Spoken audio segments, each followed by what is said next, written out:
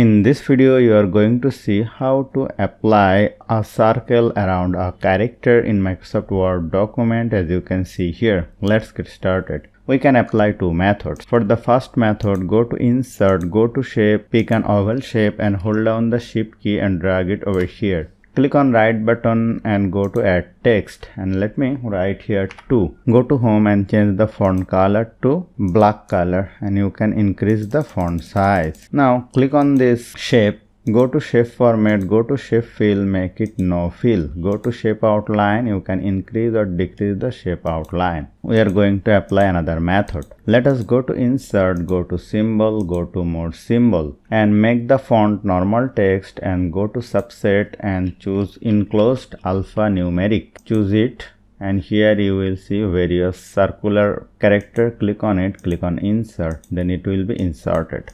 So hope you found this video helpful. If you like this video, please share this video with your friends and family, and don't forget to subscribe. Thank you.